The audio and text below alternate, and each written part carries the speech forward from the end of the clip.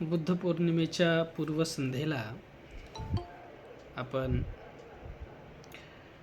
आज एक विशेष वर्ग घेत आहोत. तथागताचा धम्म जो आहे तो जगातील सर्वश्रेष्ठ असा धम्म आहे. का जगातील सर्वश्रेष्ठ धम्म आहे तथागताचा? त्याचं कारण असं आहे की तथागतांनी सदाचाराची शिकवण दिली. तथागतांनी जे आहे ते चांगलं बनण्याची शिकवण दिली. या सगळ्या मनुष्य मात्राला जे आहे ते चांगलं जे काही आचरण आहे ते चांगलं आचरण शिकवण्याची शिकवण ही तथागतांनी दिलेली आहे. आणि त्याच्यामुळे तथागताचं शासन हे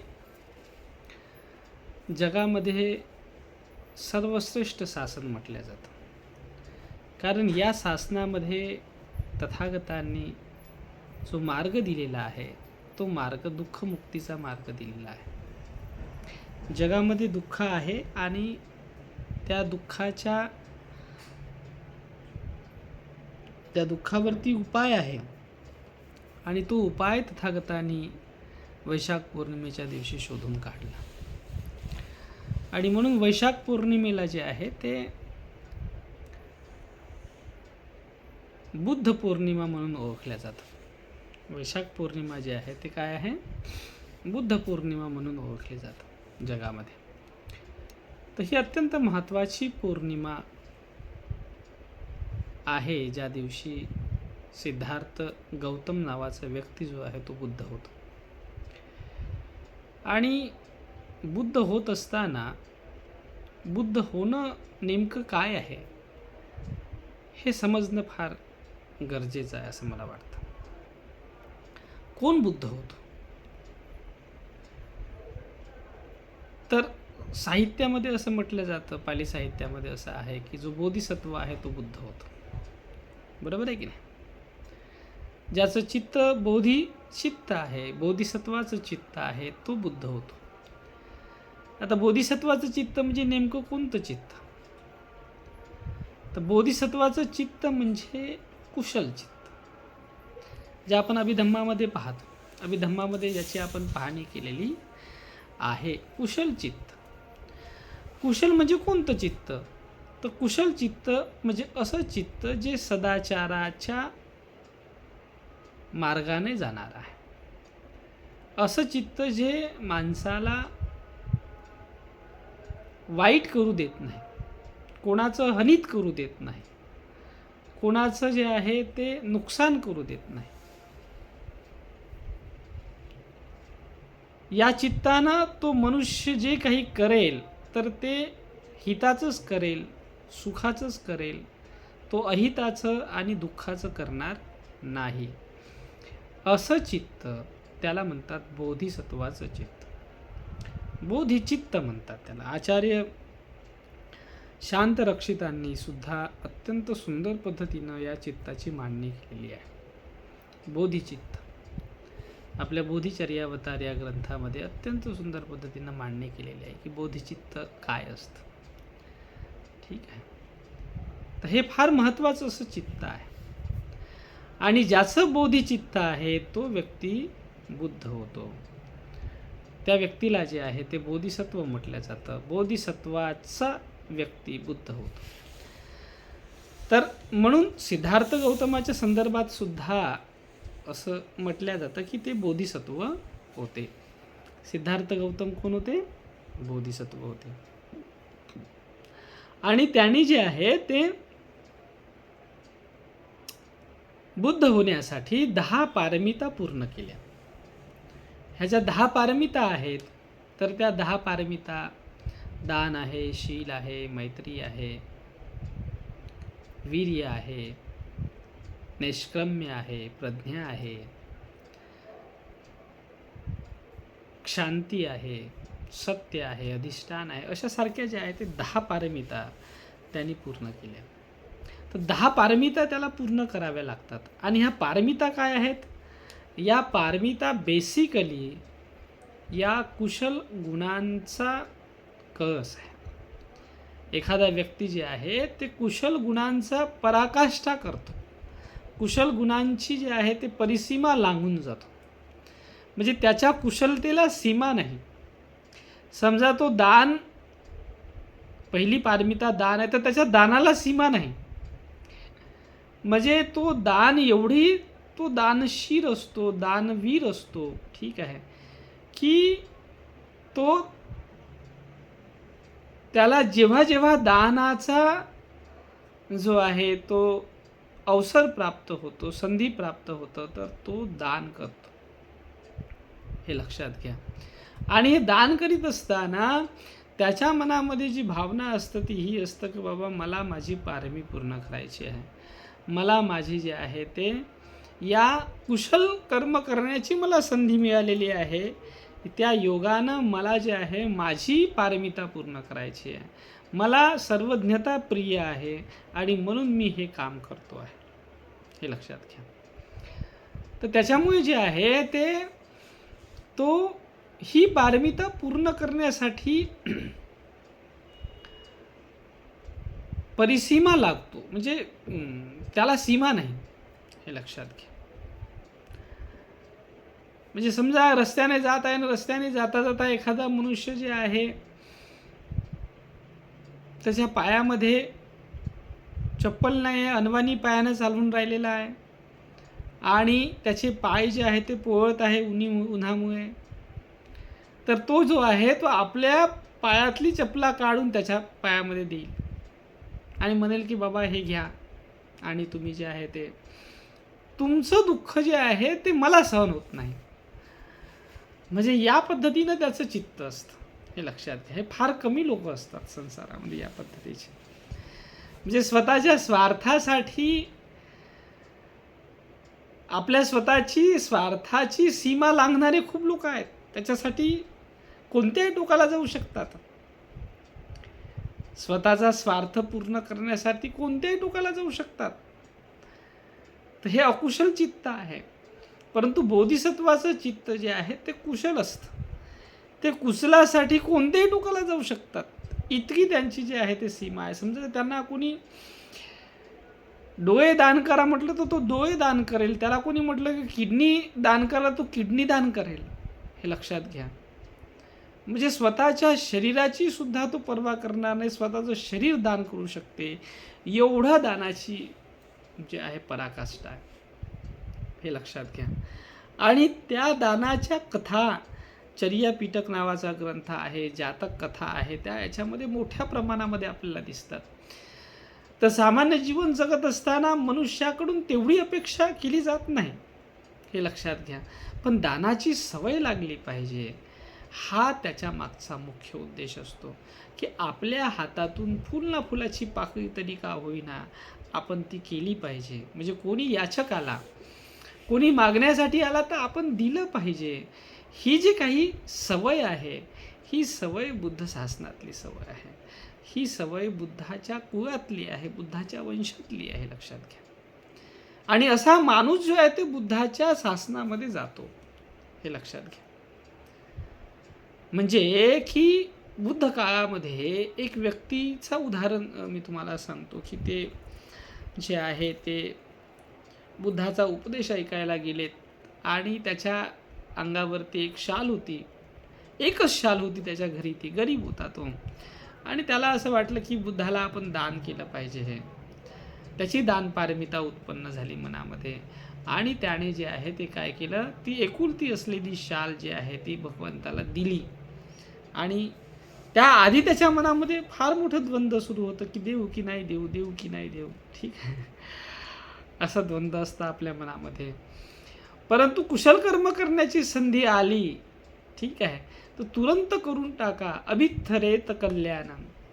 म्हणजे जर कल्याण कर्म करण्याची संधी आलेली आहे तर ती तुरंत करून टाका. त्याला जे आहे ते उशीर करू नका. कारण दंधंग ही करो तो पुय्यंग पापस्मिंग रमती म्हणून असं म्हटलं गेलेलं आहे.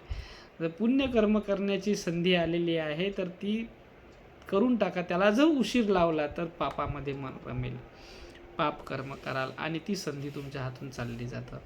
तर बोधिचित्तानं युक्त असलेला मनुष्य हा दान पारमितेची परिसीमा गाठणारा असतो.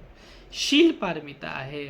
शील म्हणजे अकुशल कर्म न करणं आणि कुशल कर्म करणं, याला शील म्हणतात.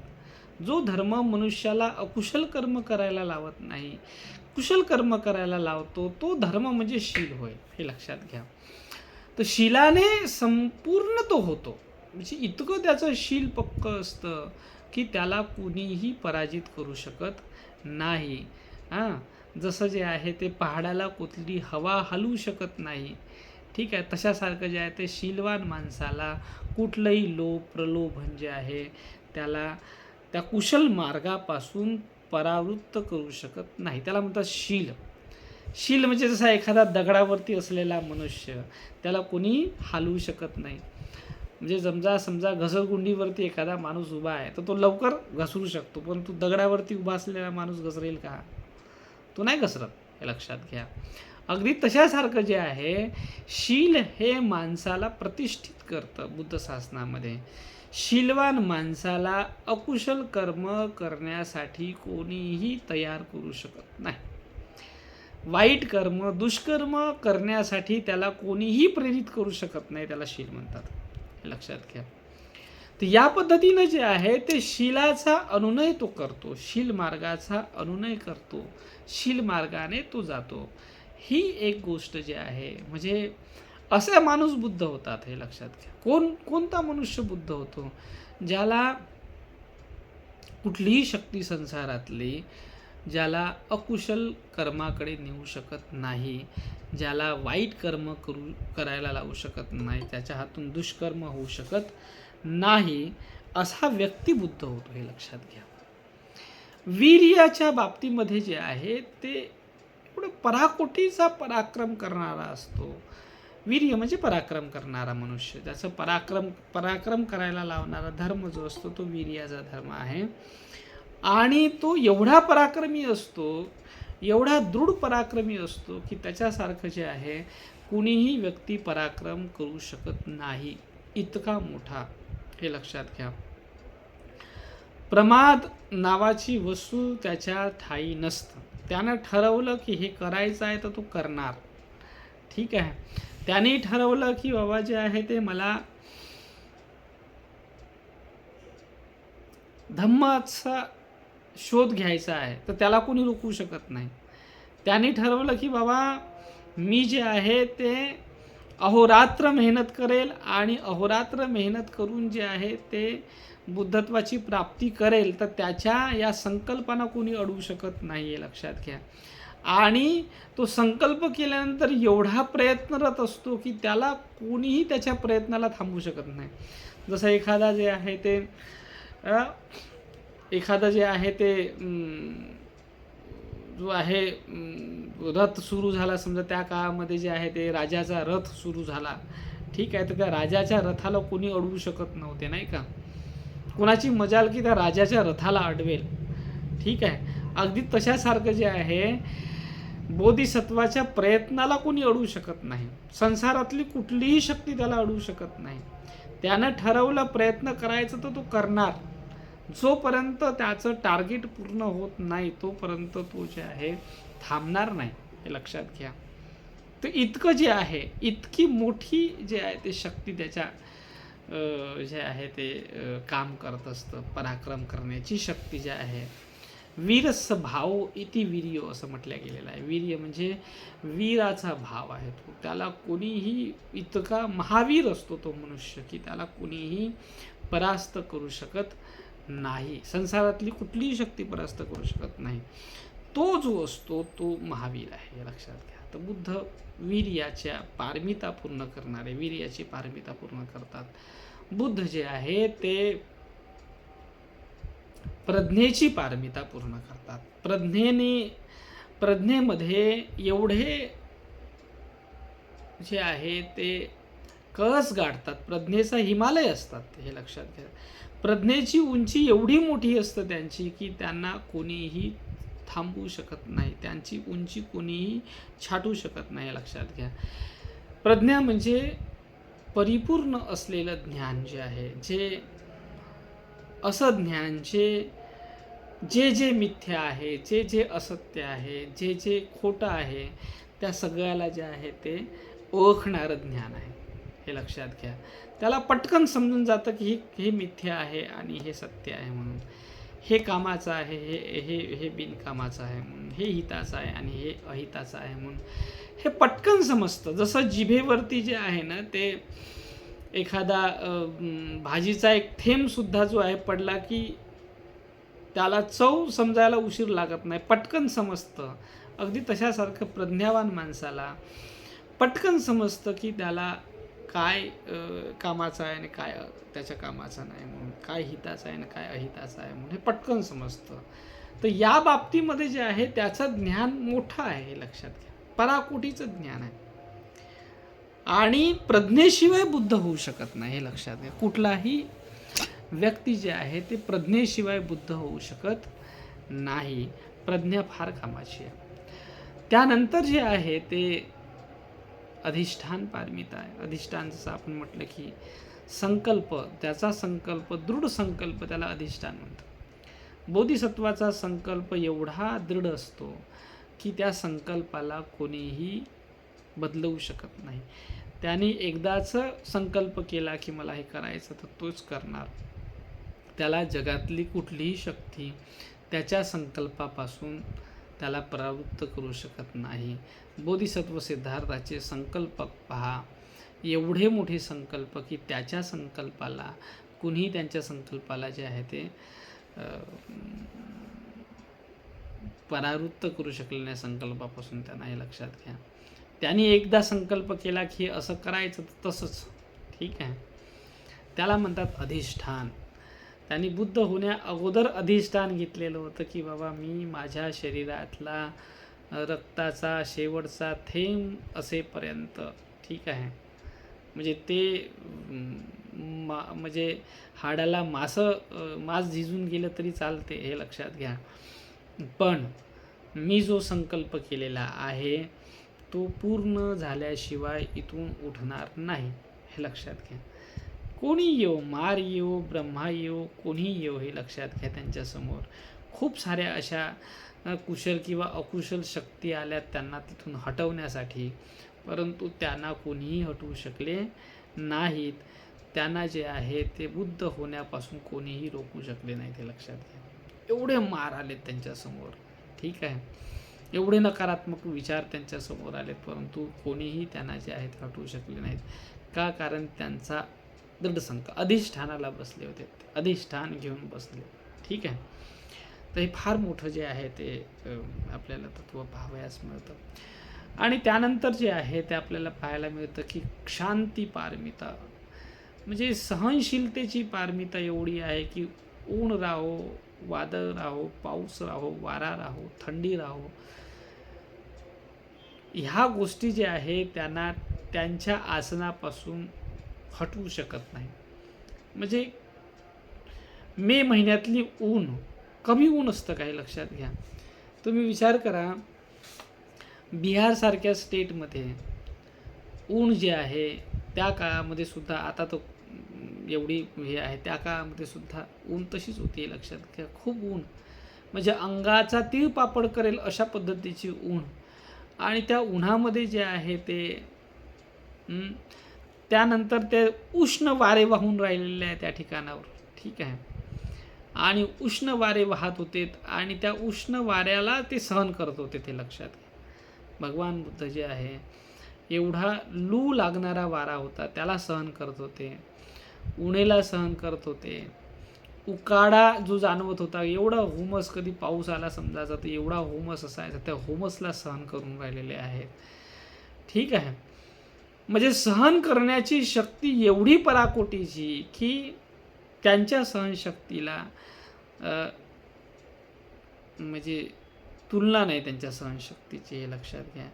एखादा धर्मसंस्थापक एखाद्या जे आहे ते प्रयत्नाची केवढी मोठी पराकाष्ठा करतो, केवढं मोठं जे आहे ते स्वतःला जे आहे म्हणजे इतका वेदना, इतकी तकलीफ तो सहन करतो, हे लक्षात घ्या. फार मोठी तकलीफ आहे, हे लक्षात घ्या.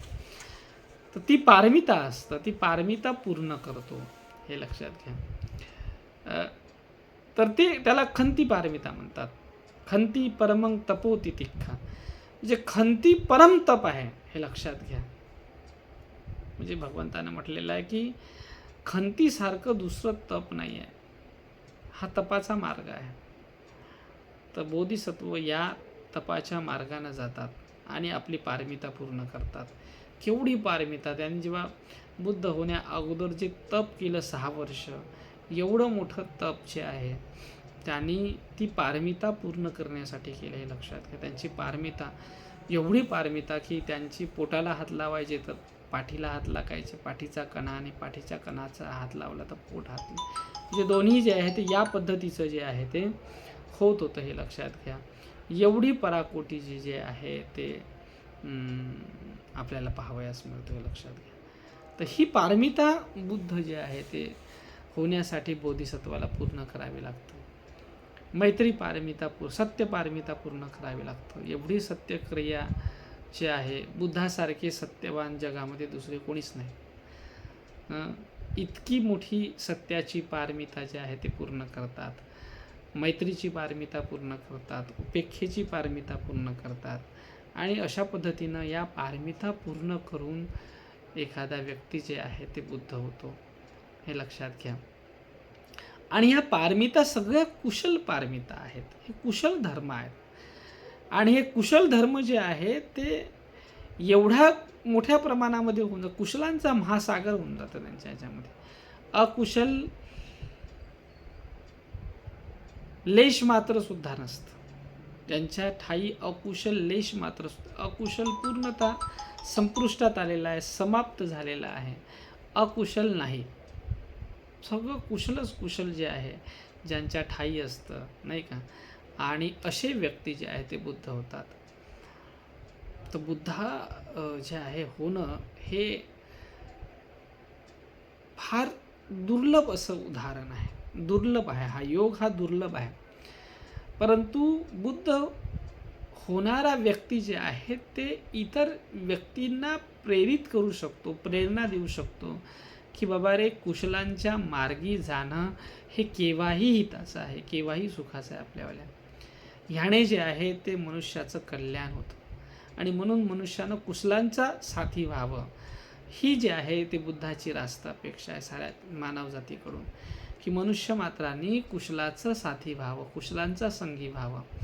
ठीक आहे, जेवढे कुशल कर्म त्याच्या हातून होतील तेवढे त्याने कुशल कर्म करावे. कारण कुशल कर्मच माणसाच्या सोबत जे आहे ते राहतं. त्याचं चित्त, त्याचं मन जे आहे कुशलांनी चांगलं होतं, कुशलांनी त्याचं चित्त जे आहे ते व्यवस्थित होतं. त्याच्या चित्ताला, त्याच्या मनाला कुशलामुळे शोभा प्राप्त होतं हे लक्षात घ्या. आणि त्याचं जीवन जे आहे ते मंगलमय होऊन जातं कुशलामुळे.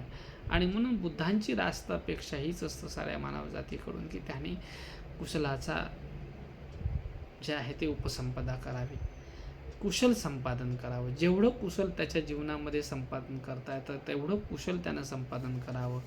आणि जेवढं अकुशल जे आहे ते सोडता येईल तेवढं अकुशल त्यानं सोडावं जीवनामध्ये. हा बुद्धाचं शासन आहे, हा बुद्धाचा मार्ग आहे. आणि असं करीत करीत आपल्या मनाला सर्व प्रकारच्या बंधनातून, सर्व प्रकारच्या विकारातून, सर्व प्रकारच्या जे आहे ते अकुशल संस्कारातून बाहेर काढलं पाहिजे. सर्व प्रकारच्या तृष्णेमधून त्यांनी स्वतःला बाहेर काढलं पाहिजे. हे काढणं, हे करणं फार महत्त्वाचं आहे त्याच्यासाठी, हे लक्षात घ्या. आणि असं करण्याची प्रेरणा जगामध्ये फक्त बुद्ध आणि बुद्ध देतात हे लक्षात घ्या. बुद्धाच्या शासनामध्ये अकुशलाला थारा नाही. अकुशलाचा कुठलाच जो आहे तो बुद्धाच्या शासनामध्ये अकुशलाला कुठेच जागा नाही आहे हे लक्षात घ्या. संपूर्ण कुशलाचं शासन जगामध्ये एकमेव शासन जे आहे ते बुद्धाचं आहे. आणि म्हणून बुद्धाच्या शासनामध्ये येणारे लोक म्हणतात की बुद्धो मे शरणं वरं, म्हणजे बुद्धाचं जे शरण आहे, बुद्धाचा जो अनुश्रय आहे आपण करून राहिलेला आहे, जो आश्रय घेतो आहे, बुद्धाचा जो मार्ग आपण अवलंबून राहिलेलो आहोत, हा सर्वश्रेष्ठ आहे. याच्यासारखं दुसरं कुठलंच शासन नाही आहे, कुठलंच पद नाही, कुठलंच जे आहे ते काय म्हणता येईल त्याला, की बुद्धासम दुसरं कोणीच नाही. बुद्धो मे शरणं वरं.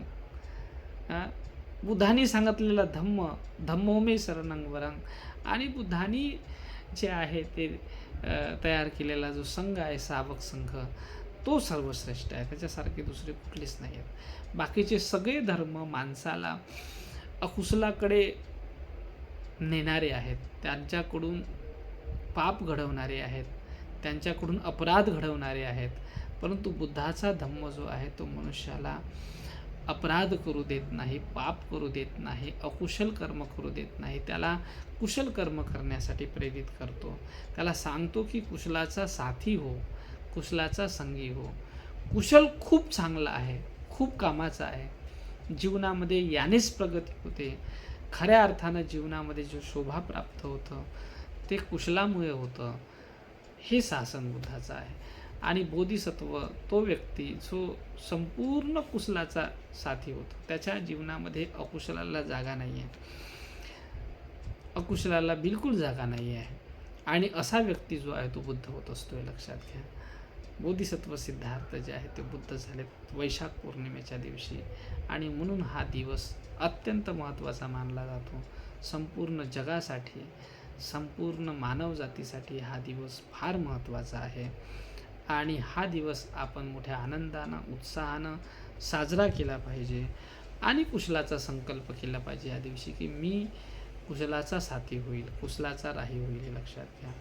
अकुशल माझ्या मनामध्ये मी राहू देणार नाही. जसं घरामध्ये आपण कचरा ठेवत नाही, तशासारखं आपण आपल्या मनामध्ये अकुशल ठेवू नये. तर हे आजच्या दिवशी जे आहे ते मला सांगावंसं वाटतं. ठीक आहे, चला ठीक आहे.